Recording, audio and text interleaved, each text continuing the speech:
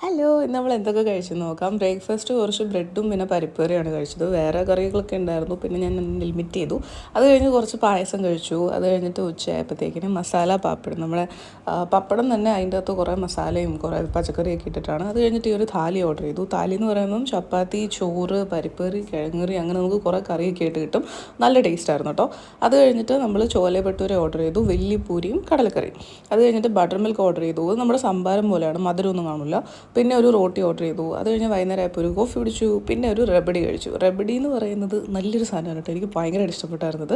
അത് കഴിഞ്ഞിട്ട് നമ്മൾ ചിക്കൻ ഫ്രൈ ആണ് വൈകുന്നേരം ആയപ്പോഴത്തേക്കിനും മേടിച്ചത്. അത് കഴിഞ്ഞിട്ട് നമ്മൾ ഡിന്നർ ടൈം ആയപ്പോഴത്തേക്കിനും കുറച്ച് ആലു പൊറാട്ടയും പനീർ പൊറാട്ടയും ഒക്കെ ആയിരുന്നു ഓർഡർ ചെയ്തത്. അതിന് സൈഡ് വരുന്നത് ഈ മുളകും പിന്നെ ഈ സാലഡും പിന്നെ തൈരും ഒക്കെ ആയിരുന്നു. അത് കഴിഞ്ഞിട്ട് പിന്നെയും നമ്മൾ റബഡി കഴിച്ചു. ഈ റബഡി എന്ന് പറഞ്ഞു കഴിഞ്ഞാൽ നമ്മുടെ ഈ പാല് തിളപ്പിച്ച് വറ്റിച്ചുണ്ടാക്കുന്ന സാധനമാണ്. നല്ല ടേസ്റ്റാണ് കേട്ടോ. പിന്നെ ഒരു റബഡി ഓർഡർ ചെയ്തു. ഇത് ജിലേബിയുടെ കൂടെയാണ്. അത്രയുള്ളൂ. ഓക്കെ.